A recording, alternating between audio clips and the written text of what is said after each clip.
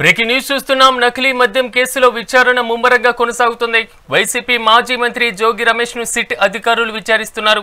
విజయవాడలోని గురునానక్ కాలనీలోని east exchange station లో జోగి రమేష్, ఆయన సోదరుడు జోగి రాము ఉన్నారు.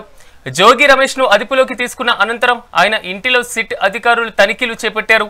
నకిలీ లిక్కర్ వ్యవహారానికి సంబంధించి ఏమైనా పత్రాలు ఉన్నాయా అనేటువంటి కోణంలో సోదాలు చేస్తున్నారు అధికారులు.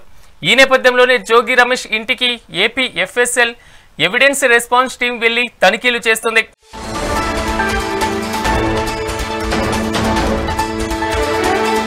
ఇక ఇదే అంశానికి సంబంధించి మరింత సమాచారాన్ని మా ఏపీ ఇన్పుట్ ఎడిటర్ నరేంద్ర అందిస్తారు. నరేంద్ర, చెప్పండి, జోగి రమేష్ విచారణకు సంబంధించినటువంటి డీటెయిల్స్ ఏంటి?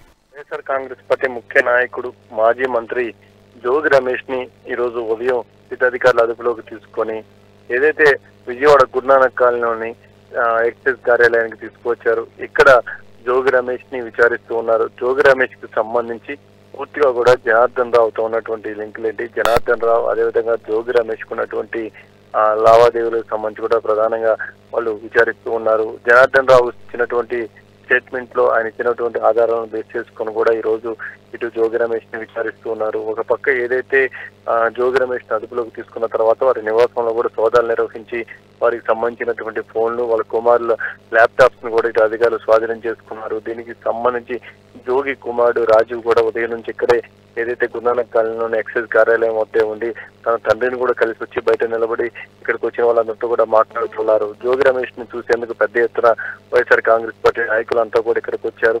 7 గంటలకు పైగా ఇక్కడ విచారణ కొనసాగుతుంది. మరి కాసేపట్లో జోగి రమేష్ ని వైద్య పరీక్షల కోసం ఇటు గవర్నమెంట్ ఆసుపత్రికి కూడా తరలించేటువంటి అవకాశం ఉంది. ఇప్పటికే అధికారులు సర్వం సిద్ధం చేశారు. మరి కాసేపట్లో ఆయన్ని వైద్య పరీక్షలు నిర్వహించిన తర్వాత కోర్టులో ప్రవేశపెట్టేటువంటి అవకాశం ఉంది. ఇప్పుడున్నటువంటి పరిస్థితుల్లో ఈ కేసుకి ఇప్పటి వరకు నిందితులు వాళ్ళని కోర్టులో ప్రవేశపెట్టినటువంటి సమయంలో జరిగినటువంటి వాటి అన్నింటి కూడా మనం పరిశీలిస్తే తప్పనిసరిగా జోగి రమేష్ కూడా రిమాండ్ పడేటువంటి అవకాశం అయితే ఇలా స్పష్టంగా కనిపిస్తుంది.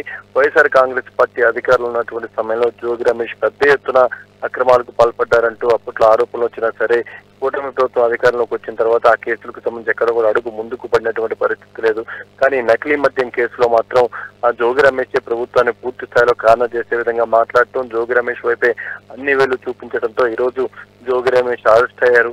ఆయన జైలుకి వెళ్లేటువంటి అవకాశం చాలా స్పష్టంగా కనిపిస్తుంది.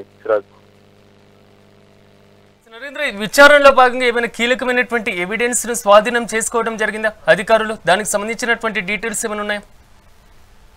జోగి రమేష్ ని ఈ రోజు ఉదయం అదుపులో తీసుకున్న తర్వాత ఆయన ఇంట్లో సోదాలు నిర్వహించారు. వారి సెల్ ఫోన్స్ అదేవిధంగా వారి కుమారుల ల్యాప్టాప్స్, ఇంట్లో ఉన్నటువంటి సిస్టమ్స్ ని కూడా పోలీసులు స్వాధీనం చేసుకున్నారు.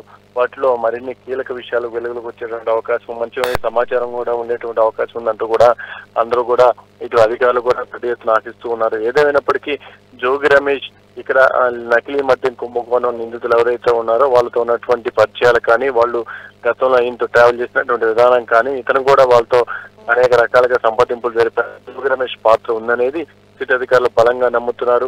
వాళ్ళు జనార్దన్ రావు కూడా అరెస్ట్ అయిన తర్వాత జోగి రమేష్ కి సంబంధించి కీలక సమాచారాన్ని ఇవ్వడంతోనే సిట్ అధికారులు అడుగులు ఎందుకు వేశారనేది చాలా స్పష్టంగా మనకు అర్థమవుతూ ఉంది. ఏదేమైనప్పటికీ వైఎస్ఆర్ కాంగ్రెస్ పార్టీ ముఖ్య నాయకులంతా కూడా ఈ రోజు ఉదయం నుంచి విజయవాడలోని సిట్ కార్యాలయం దగ్గర ఉన్నారు. ఇప్పుడు తెలుగుదేశం పార్టీ నాయకులు మాట్లాడుతుందని కూడా చూస్తే జోగి రమేష్ కూడా మరికొంతమంది పెద్దల పేర్లు చెప్పేటువంటి అవకాశం ఉంది. అది కనుక జరిగితే వాళ్ళు కూడా జోగి రమేష్ లాగే జైలు పాలవ్వాల్సి వస్తుందంటూ కూడా వీళ్ళు మాట్లాడుతూ ఉన్నారు. మొత్తంగా వైఎస్ఆర్ కాంగ్రెస్ పార్టీ ముఖ్య నాయకులంతా కూడా ఒక పక్క ఈ రోజు ఉదయం నుంచి ఇక్కడ జోగి రమేష్ మద్దతు తెలిపేందుకు, జోగి రమేష్ తో మాట్లాడేందుకు ఇక్కడికి వచ్చినప్పటికీ ఎవరిని లోపలికి అనుమతించినటువంటి పరిస్థితి లేదు.